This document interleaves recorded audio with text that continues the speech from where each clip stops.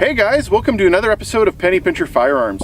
Today I am shooting something that I have promised you guys in the past and I've been putting off mostly because I wanted to get the right ammo. I've been shooting PPU for the longest time out of this thing, but I wanted to get the surplus ammo and I finally have some.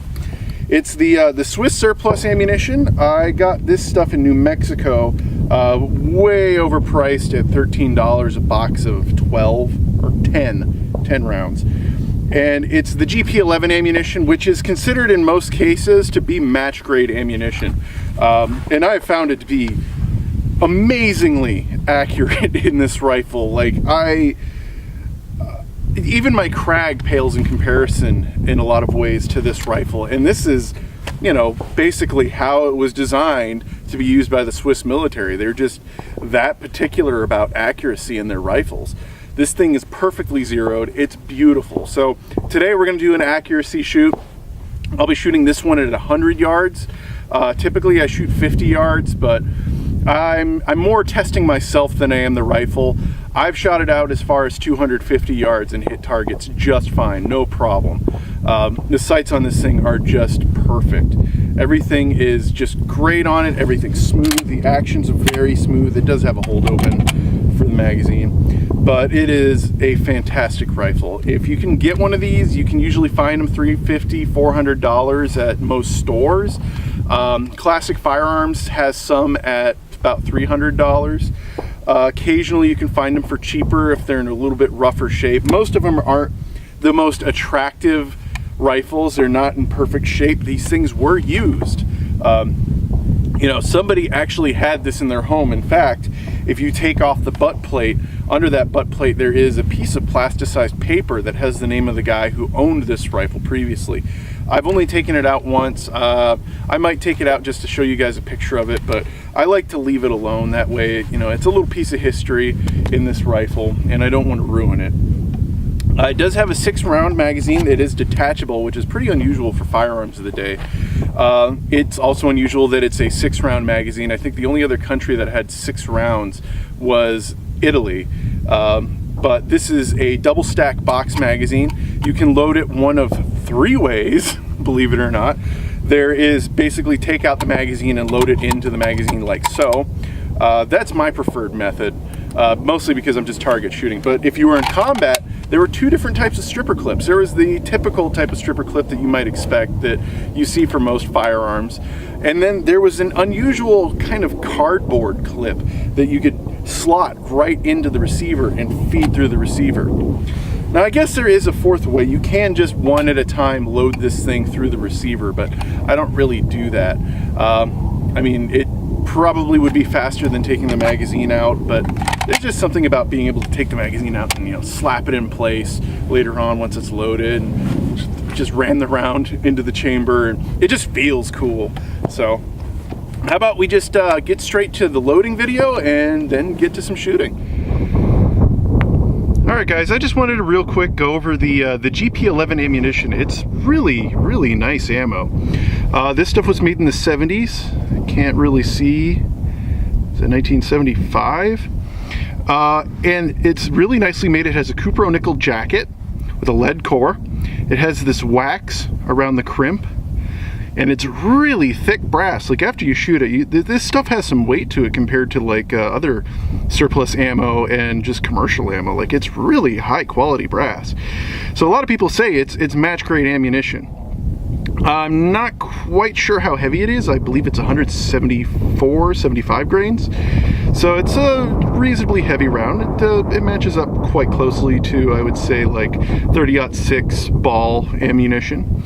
So yeah, really nice ammo. And I've got 5 rounds here. And let's get it all loaded up in the magazine. So here's the magazine, guys. Real simple thing. It's a 6-round double stack magazine. And I'm gonna put 5 rounds in it just because of consistency. I wanna be consistent with most of my other videos where I shoot 5 rounds. Unless they're handgun videos, then I shoot full magazines. And they go in real easy. One thing you'd have to be careful of is if you don't put them in right, the rim will get caught right there on the magazine, like that. So just be careful of that, but it's easy to fix, like I did just now. And then to load it in the rifle, you just take this, up. See how it's in there? Ta-da! Nice and smooth, a very smooth action. That's one thing that I just love about the K-31.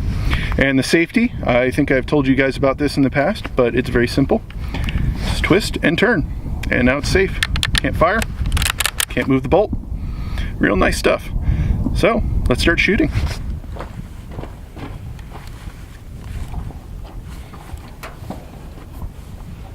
Alright guys, so I set up a target at 100 yards, or actually 100 meters, I should clarify. And see how well this girl shoots.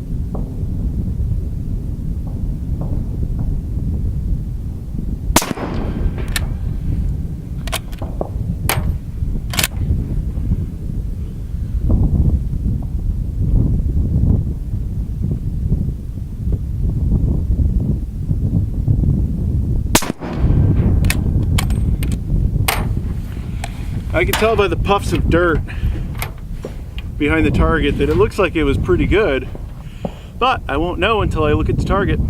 So let's go check it out.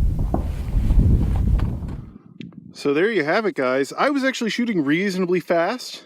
That was about a minute's worth of fire, 5 rounds at 100 yards. That is really good for shooting, you know, from basically just a standing supported position. Like I said, shooting the GP11 ammunition, 6-round magazine. That was at 100 yards, and I'm pretty sure anything that's bad on this target is me. If I had like a lead sled or something, I could prove that this rifle right here, this thing, would be just a perfect little, I don't know, I wouldn't call it little, but a perfect like a scout rifle without a scope. As you guys know, I'm not big on optics. I might actually think about getting a scope mount for this just because, God, it's such a nice rifle. But it would have to be a no machining scope mount because I really don't like doing anything to harm the firearm. All right, so yeah, that's it for this one. 100 yards out. That was really good, especially since I was just pretty much leaning on my truck. This is a really good rifle, and if you can get one of these, you know, I got it for $350 at Gander Mountain. I haven't seen them there in a while. If you can get one of these or one of the older K11s or one of the even earlier modified 8911s, I'd go for it because the Swiss really made a good rifle. These are fantastic rifles, smooth action. I mean, glass trigger, amazing rifles. Very well put together. The wood could be nicer, but it's mostly from use. It's not necessarily a product of manufacturing that these are in rough shape. And in most cases, you know, you're getting a fantastic rifle for a really low price, and you can get really cheap surplus ammunition that's match grade. Like, what more could you ask for? And I have shot hunting rounds out of this from PPU, and their loads pretty much match up in accuracy. But I really wanted to shoot that GP11 and show everybody that, yes, this is a really accurate rifle, really nice rifle, and a really good penny pincher.